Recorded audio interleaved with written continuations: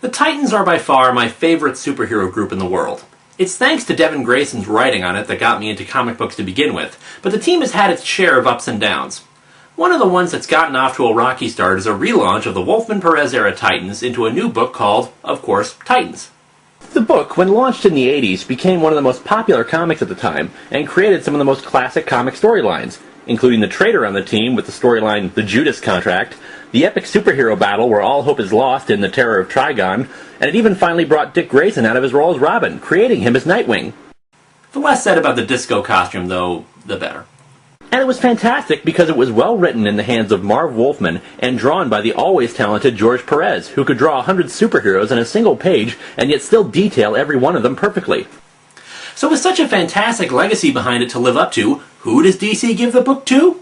Judd Winnick as writer, whose last really spectacular stuff was years ago at Marvel, and Ian Churchill, who thinks that a woman's hips are just kind of attached somewhere to their lower torso. And while he never flinches away from an upskirt shot of Supergirl, according to all biological rules, this woman has no area where her legs actually come together. Suicide gun on standby.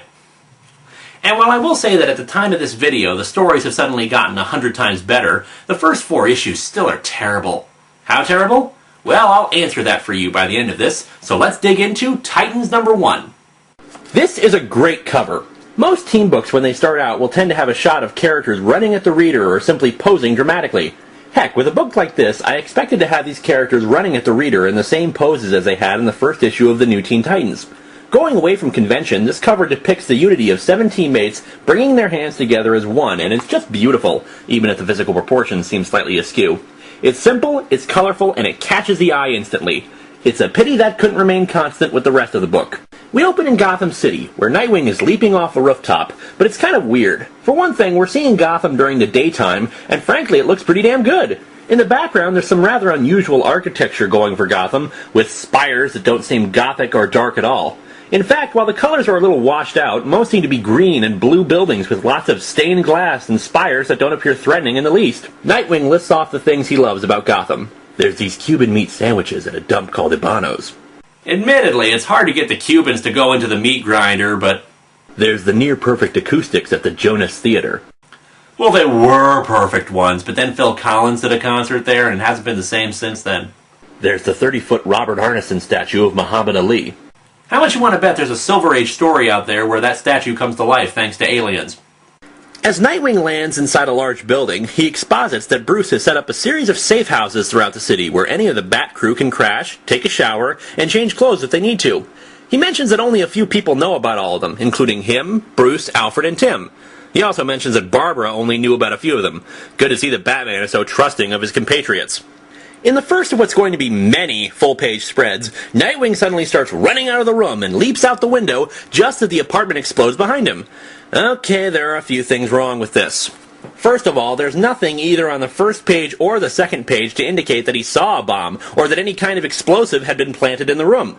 In fact, in 3 small panels we see Nightwing running towards the reader as the blank wall behind him just explodes for no reason whatsoever. So how did he know what to do? Furthermore, the art is just bizarre, since Nightwing's mask now covers half of his face. It's the same shape it's always been, but it's like someone stretched it out to cover up the maximum amount of face as possible. And in theory, this makes sense, except it's never been shown like that before. And by the way, you know that "but no one knew about the safe houses" thing he brought up? That problem never gets resolved. At all. Not in this issue, and not in the succeeding issues. So why did he bring it up? The final confusion comes from the title of the story. The Fickle Hand, Part 2. Today I settle all family business. Part 2? Part 2? There wasn't an issue 0, and this is the first issue of the series. How can this be Part 2? Allow me to explain this. Several months prior to this issue's release, DC printed a one-shot called the Titans Special. In it, the character of Cyborg assembled a new group of Teen Titans, only for them all to be mysteriously attacked at the end by red energy beams that appeared to slaughter them all. However, Ian Churchill's hands got injured and he was unable to get the first issue out right after the special. As such, DC decided to sit on the book for months, expecting readers to remember everything that happened in the special, and didn't care about casual readers who didn't even know about the special, but picked up this book anyway because it's a number 1. Except it's not a number 1. It's technically a number 2. Oh my lord, is it a number 2. In any case, in a feat of acrobatics that seems impossible even for someone of Nightwing's talents, he leaps out of the exploding apartment and hits the glass of the building across the street. Naturally, he just smacks against it and starts to fall, so he pulls out a batarang and slams it into the glass, then cutting a swath down the glass as he falls, like he's in a freaking pirate movie. All the while, he continues narrating, "It's not possible. No one knew about the Havens. No one." No one? You just said 2 minutes ago that at least 4 people knew about them. It's not possible. It has to be random. I couldn't be the target. Geez, no wonder Gotham's such a hellhole. People just randomly set explosives everywhere. After managing to break his fall with a conveniently placed flagpole, Nightwing bounces down to an alleyway. And of course, who should be waiting for him in the alleyway but about a dozen men and women dressed in S&M gear, with zipper masks, leather straps, and other assorted latex materials. I mean, what else would you expect to find in alleyways, am I right? What are you kids all dressed up for? Yeah, hi, we're collecting for BDSM Awareness Day. On the next page, we cut away to the home of Buddy Baker, aka the superhero Animal Man. Just to explain the backstory here, following the weekly series 52, the superheroine Starfire landed back on Earth and decided to stay with the Baker family for a while. So, what does she do when the Bakers aren't around? She swims around naked in their pool. And this scene is all about Starfire's own societal beliefs about clothing, and not just because Winnick and Churchill wanted to have a naked Starfire in their book. That'd just be, well, exactly what I'd expect, in fact. Human prudishness still baffles me, she narrates. I will never fully comprehend how a society that is so intensely preoccupied with sex is equally cowed by nudity. Perhaps it'd be best if you didn't encourage a society preoccupied with sex by making a character naked for the simple purpose of having TNA in the comic. You're not being ironic, you're being stupid! There are 2 odd choices for the artwork here.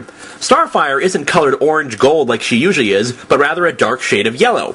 Starfire sets up a towel to do some nude sunbathing and continues narrating. But since recovering my powers, I need to expose myself to rejuvenating rays of the sun as much as possible. And what is it about absorbing sun rays through her breasts or her ass that's so much more efficient than any other part of her skin? Seriously, there's no need for her to be completely nude here. They could get away with doing this at a beach and still have the same effect. Secondly, her hair is on fire. Yeah, it's a neat effect and better than the usual stuff, with the hair just being improbably long, but doesn't this give the idea that her hair completely burns off every time she's flying? Cliff, Animal Man's son, arrives home and sees the naked Starfire. While it initially looks like he's freaked out because the voluptuous alien superheroine is naked in front of him, he then points behind Starfire. Turning the page, it turns out there's a huge phallic demon thing with several rows of teeth coming out of the pool right behind the still nude Starfire. Oh, and of course this reveal is done on a full-page spread. We switch scenes to a high school that Raven is attending. Her classmates want her to share her notes with them, but she refuses. Now, if this was just some random teenager, there wouldn't be a problem with this. The problem is that this is Raven, a superheroine whose powers are based on her emotions and her ability to read the emotions of others. She was raised in an interdimensional realm where she was taught to suppress those emotions, and where she didn't have a lot of contact with our world, much less American culture. As a result, she tended to speak in a very controlled, sometimes melodramatic fashion. She was also very compassionate in the way she spoke, and she also cared a lot about what other people thought of her, leading to a dichotomy where she both wanted friendship, but also was frightened by the possibilities it led to. Now here is the exchange of dialogue that she has with 2 classmates. Oh, come on, Rachel Roth being her secret identity. I thought we were friends. Well, 1, we could debate the truth in you actually having thought, but 2, you hate me. Both of you. I know this, you know this, and honestly, I'm pretty comfortable with that. Well, we wouldn't hate you so much if you weren't such a bitch. Everyone thinks you're a bitch. Oddly, I'm comfortable with that as well, but I'd say your definition of everyone is more like the brain donors you hang with. Now, it could be said that characters evolve and change over time, so they're not like the same people they were when they first started. And in Raven's case, she has gone through a lot of changes in her life. The problem is that as a fan who has followed and read those transformations, at no point did Raven transform into a snarky, crude girl who's comfortable with being a bitch! And look at that! She's wearing a thong! This is the woman who was so confused about relationships that Wolfman wrote an entire issue where she and Starfire just talk about love and affection. And now she's wearing a thong!